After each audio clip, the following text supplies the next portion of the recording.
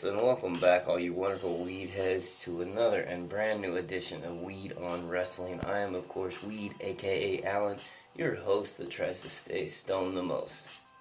And here on Weed on Wrestling, I get super baked and talk about all things in the WWE Universe. Today is, of course, Tuesday, April 25th, so you know I'm talking everything about that Smackdown Live. And here's what we know coming into the show. Randy Orton's still the champion. He will be regardless of Sunday's Payback results. With his match we know with Bray Wyatt. Jinder Mahal, of all people, is the number one contender for Orton's WWE Championship. I will say it now. I'm jumping on the Jinder Mahal bandwagon before it's full. This dude is a straight up legit heel. He's Vince's wet dream. I'll get into that later.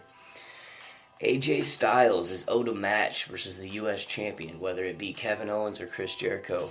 A match dependent on the results for Payback this Sunday. The tag team champs are the Usos, I think. It's been a while since SmackDown tag team belts were even relevant, so are they still feuding with American Alpha? The New Day's waiting for Kofi to return from his injury for their own feud to take place and, their run for gold. Where does Tyler Breeze and Breezango fit into all of this? How about the Ascension? I know they're still on the roster. And then the Colon brothers or who, Primo and Epico, aren't they somewhere in the equation as well? So what about that? Where's Rusev been? What's that dude up to? And somehow JBL still gainfully employed for no reason other than I can think that he gulps mean semen. That's about it. I'm not saying what it is. I didn't say what it was. I just say gulps and mean semen. Yeah, all that and more. So yeah, let's just jump right into it. Let me take a hit from this pipe.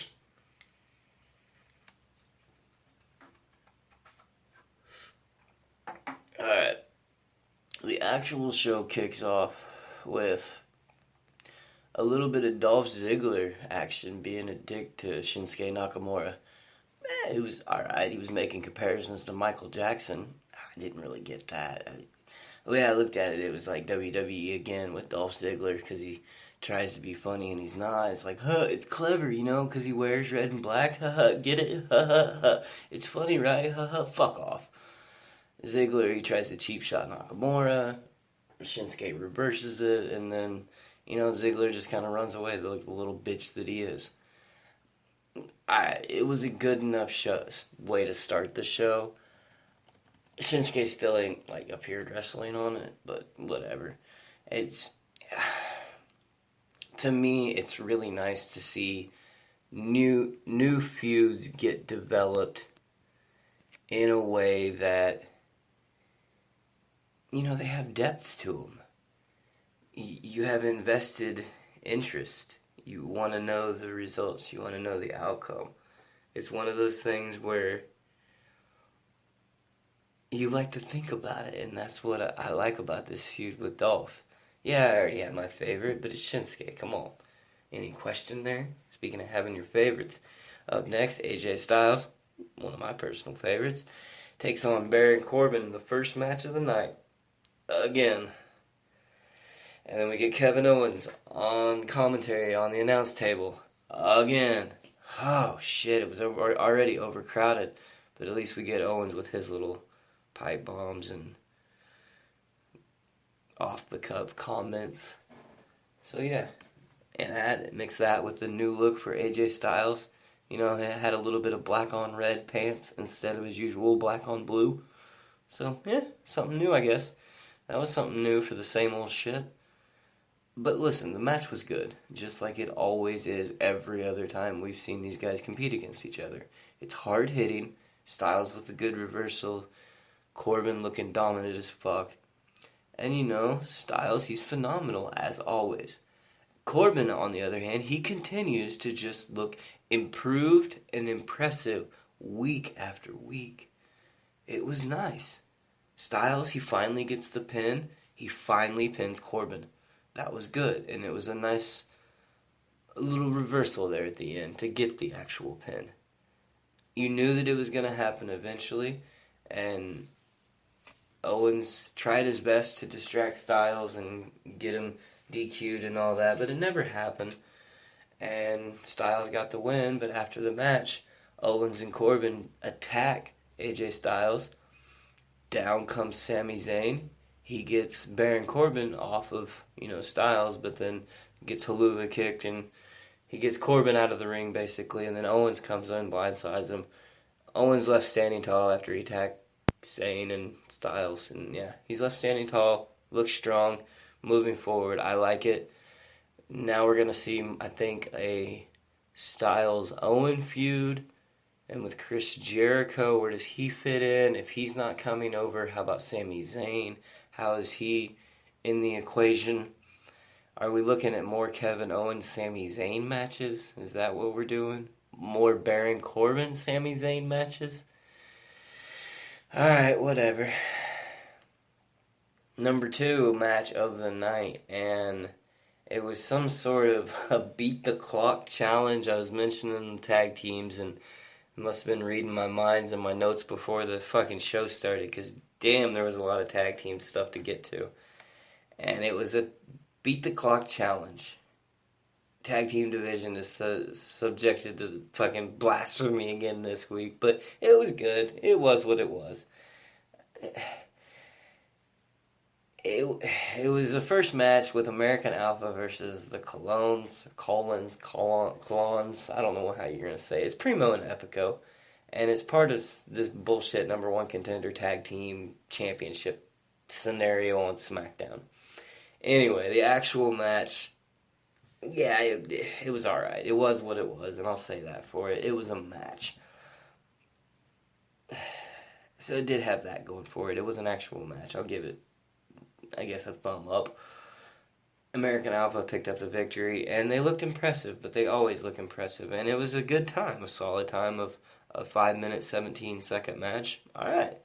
So Breezango and the Ascension had to take on each other later, and they had to beat this time. If they couldn't, then American Alpha would become the number 1 contenders. And yeah, it's confusing, but it was good to actually see some tag team action on the show. And yeah, American Alpha, it looked like they were in pretty good. They're in good position to be number 1 contender. Right after that, we got kind of off track with the whole SmackDown show, and it got a lot of promos. The first one, really good. The first one was amazing. Rusev demanding a title shot at Money in the Bank as the only way that he will come to SmackDown Live. This is interesting. He called out Shane. He called out Vince. I think he called out Daniel Bryan as well. It's a good angle to keep this gem of a talent relevant, while he tends to his injuries and out of the ring issues. I like it. This is good. It's a good way to write him back into the equation. And he took to Twitter afterwards saying, he was undefeated for a year and he deserves it. He deserves this shot, and I happen to agree with him. So yeah, it was a good little promo. Next, New Day, they're going to be returning at some point. I guess we really are waiting for Kofi to get healthy now to really go for their gold push, go for their record or whatever they're going to do. And then the last one, it was bad. It was a shitty-ass waste of a segment where Becky Lynch was interrupted by the Bitch Brigade. It was Carmella, Tamia, James Ellsworth, and the lead talentless hoe bag that is Natty. This is the shit that no one enjoys in the WWE. Why do we even put this time-filling bullshit into the program week after week?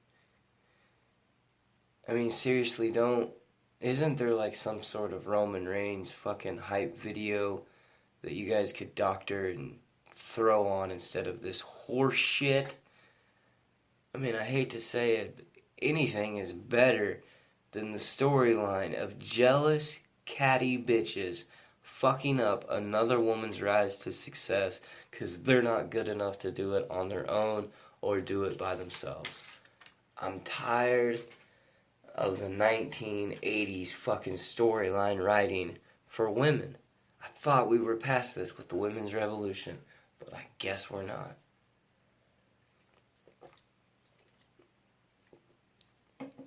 Right up next, we got our third match of the night. It was good. It was a pretty good match. It was Eric Rowan versus Randy Orton. I've seen it before, same old shit much, but, at least they threw in the stipulation of the no DQ. And it was a little prelude to the House of Horrors match that we're going to get this Sunday at Payback with him and Bray Wyatt.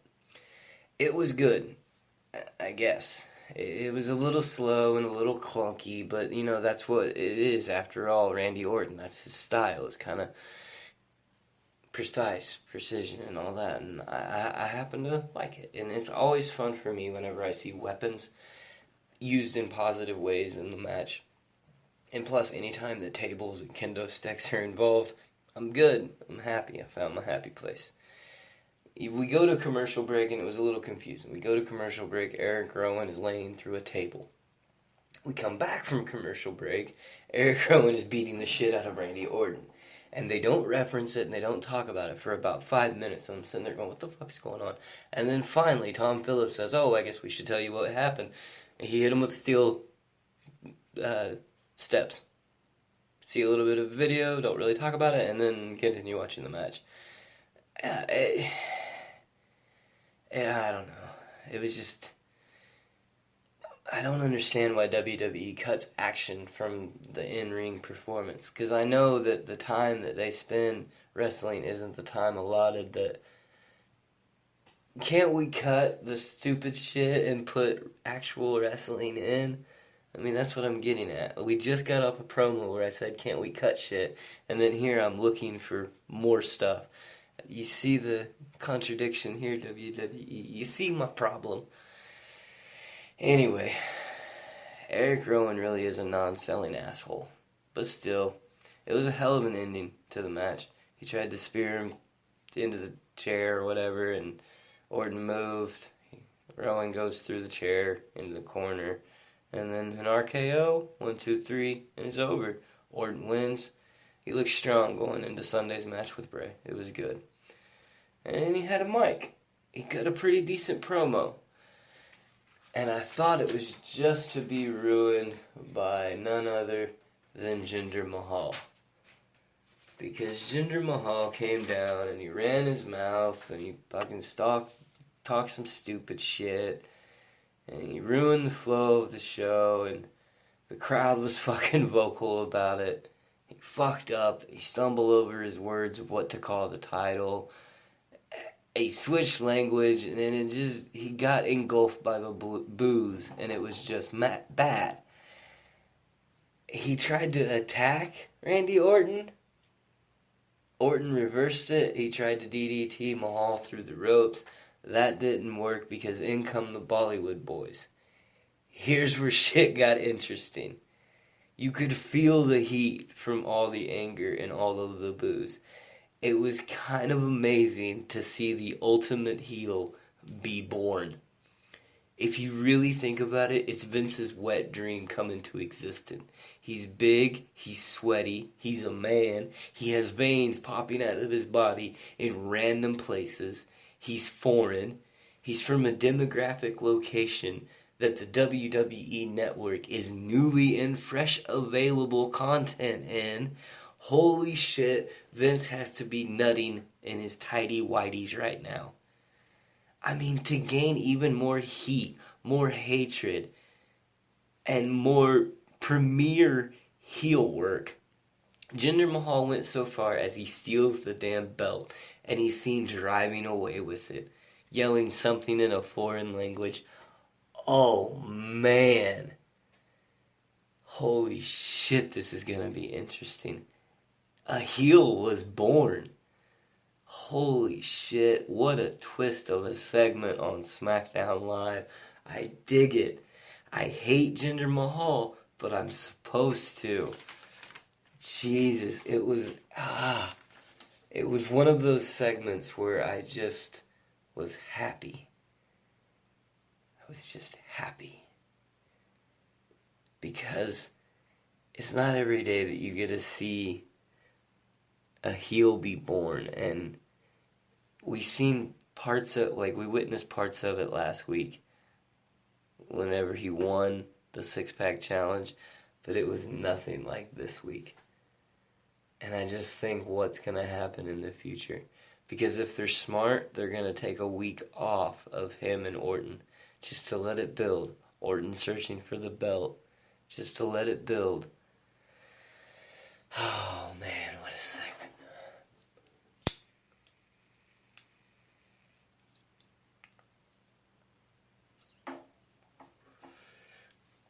Up next, it was the second part of the whatever beat the clock challenge. So either of these teams, they had to beat the 5-minute 17 mark, to get a pinfall or submission. And it was between Breezango and the Ascension. If nothing else, there was a Tyler Breeze sighting.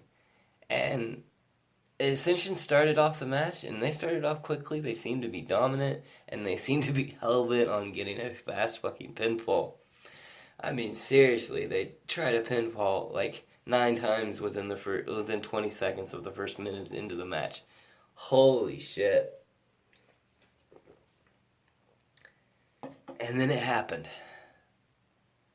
And then they went for their finisher, and it was a miss.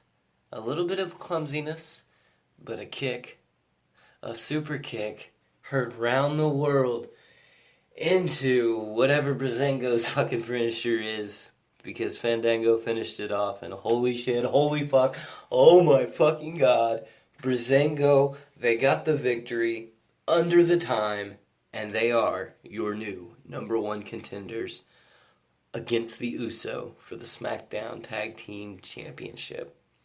Fuck yes. So they're going to face off at the next SmackDown exclusive pay-per-view. It's in like 6 weeks. Roadblock or whatever the fuck it's called. Revenge, I don't fucking know. But whatever it's called, that's where they're going to take each other on. Yes. I like that shit.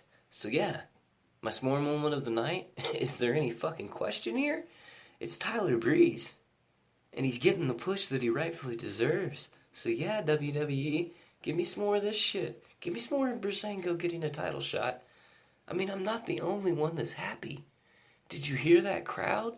Did you hear the reaction? Did you hear the pop? That was just, I'm so happy about the last 2 segments there. So yeah, that was my s'more moment of the night. Some Breezango action. Give me some more of that. Give me their push. From true happiness and the peaks, I must see the valley.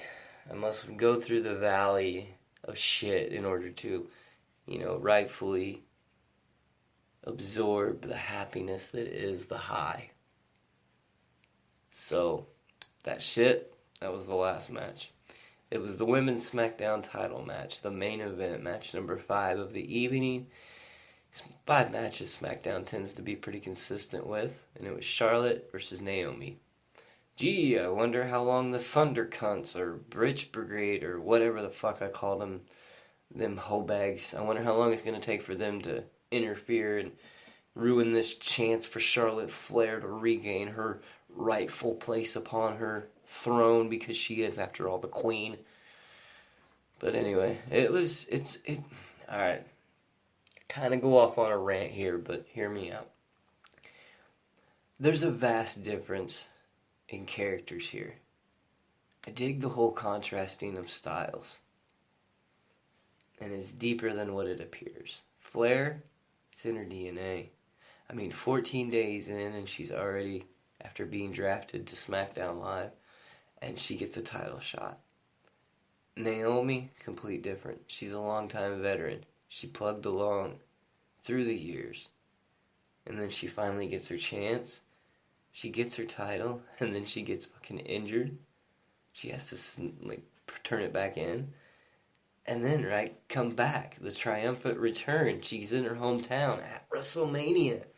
She gets back her title. Fuck yeah. I mean, when you really think about it, it's the two of them, it's complexing. It's really quite beautiful when you think about it.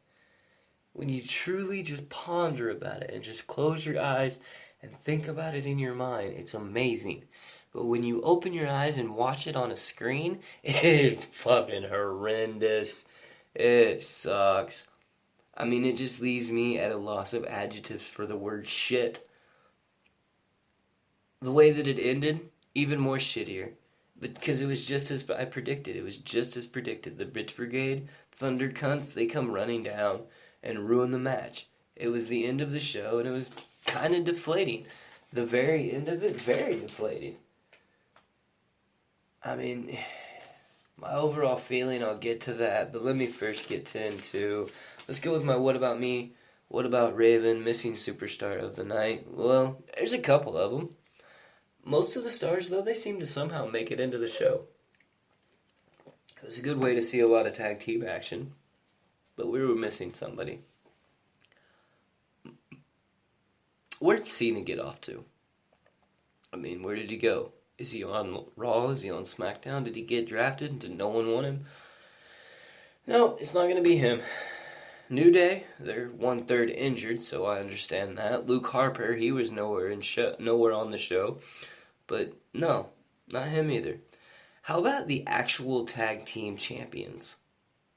So yeah, my what about me, what about Raven missing superstars of the night are the Usos. Why didn't we give them some, time on the microphone to develop a proper feud with Breezango? Are we waiting until next week to, develop that feud? Or are we going to wait till the last minute and, fuck it, just wing it.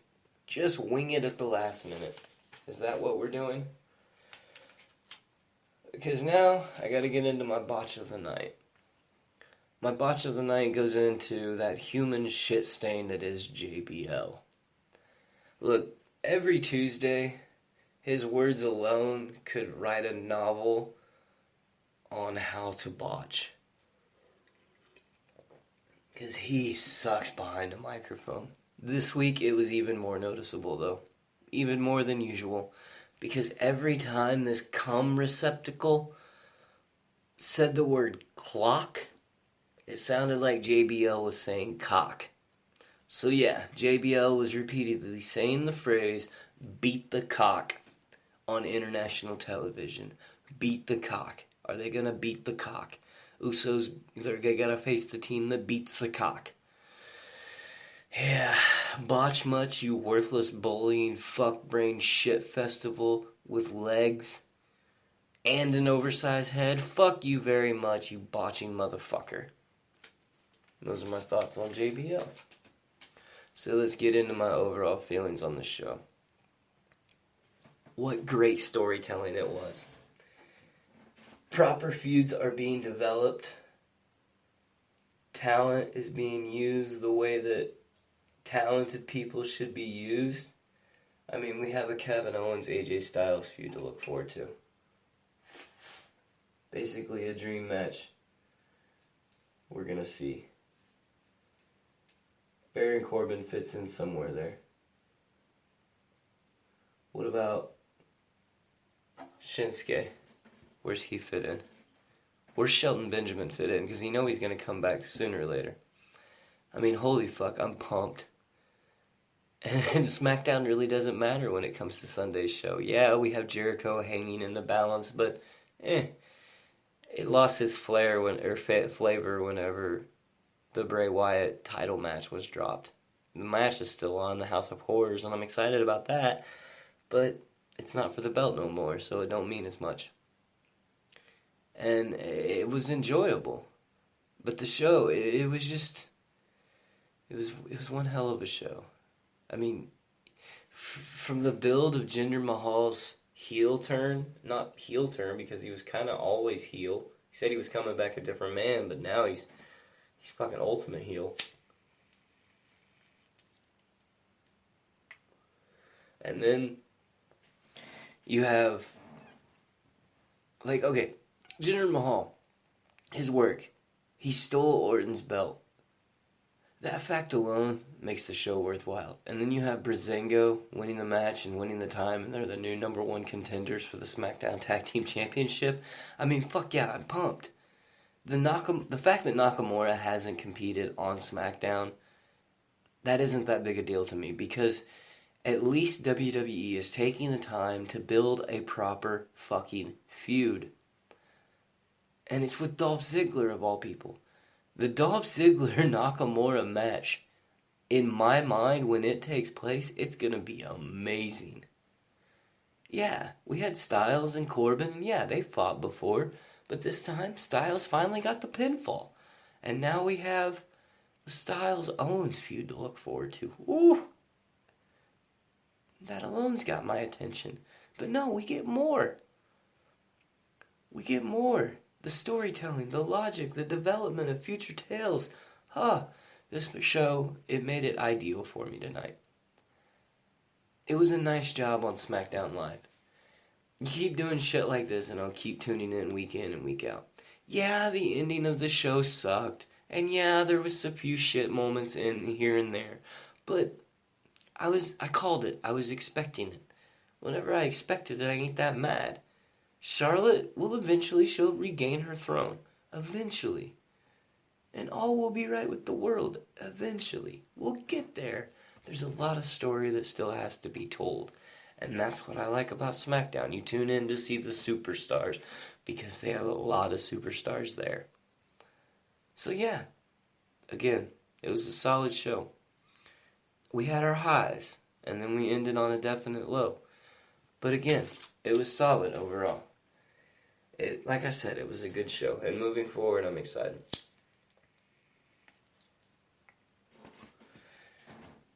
I just wish we could get a better commentary crew. That's about all that I'm saying.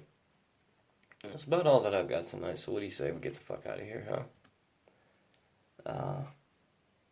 Yeah, I think that's about all I got. And I'll be back on tomorrow sometime.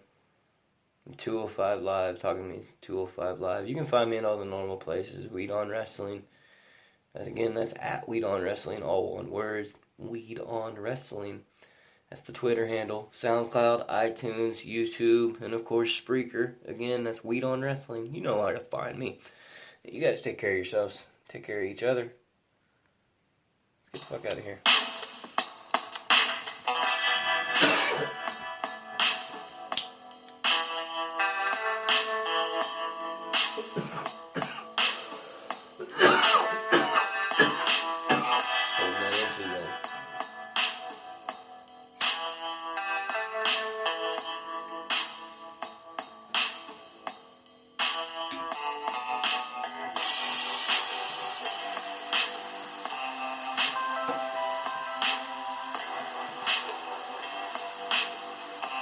I'm too high to think of anything to talk about afterwards.